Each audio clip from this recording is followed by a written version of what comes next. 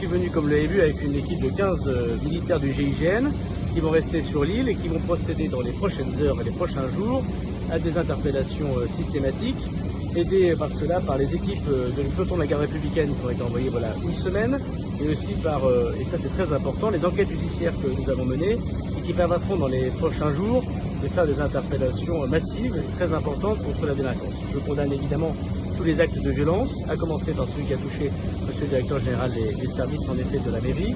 Et je regrette d'ailleurs que la condamnation de la violence ne soit pas unanime, et je regrette par ailleurs que la demande de lever des barrages ne soit pas unanime. On ne rétablit pas la paix publique en France, puisque Mayotte c'est la France, dans une situation qui pourrait être qualifiée d'insurrectionnelle.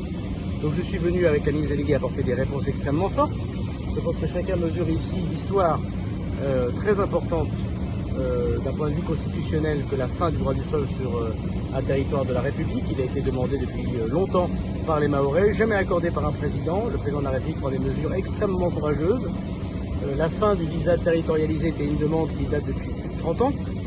Je crois que le président de la République, en prenant cette décision, veut dire aux Mahorais qu'il les a entendus. Il est évident qu'après cette journée où nous rencontrerons l'ensemble des acteurs, nous rétablirons la paix publique sur l'île et qu'il n'y aura plus raison de tenir en effet des barrages qui empêchent les forces de l'ordre et les forces de secours aussi d'intervenir. Je veux aussi dire que nous allons traiter le camp qui aujourd'hui est celui de Cavani. Comme je l'ai dit, je suis venu par ailleurs avec d'autres directeurs de mon administration. L'ensemble des directeurs d'administration du ministère de l'Intérieur sont là, à commencer par le directeur général de l'OFPRA, c'est-à-dire le grand patron de l'asile en France, mais aussi le directeur général de l'OFI, qui s'inquiète notamment du retour des personnes dans leur pays. Nous avons une difficulté particulière venant de l'Afrique des Grands Lacs, incontestablement, du fait de la misère et de l'islamisme qui touche l'Afrique des Grands Lacs et des populations qui fuient cette misère, mais Mayotte n'a pas à le subir.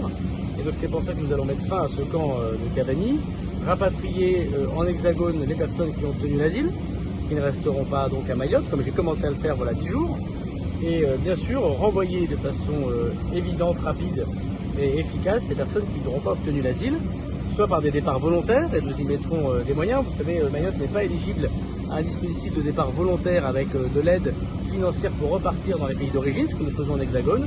C'est pour ça que le patron de l'OFI est là pour pouvoir mettre ça en place avec des dispositions qui vont naître dans le projet de loi Mayotte. C'est très concret et c'est très efficace. En hexagone, les départs volontaires sont plus nombreux que les départs forcés. Et donc c'est vraiment très important pour lutter contre l'immigration irrégulière. C'est un changement radical pour Mayotte. Et puis évidemment, des départs forcés dans un nouveau centre de rétention administrative. Je vous rappelle qu'il y aura un deuxième centre de rétention administrative qui sera construit à Grande-Terre par ailleurs, et aussi des assignations à résidence. Donc la sécurité sera rétablie dans l'île une fois que nous aurons passé cette journée de discussion avec les annonces très fortes que nous avons faites.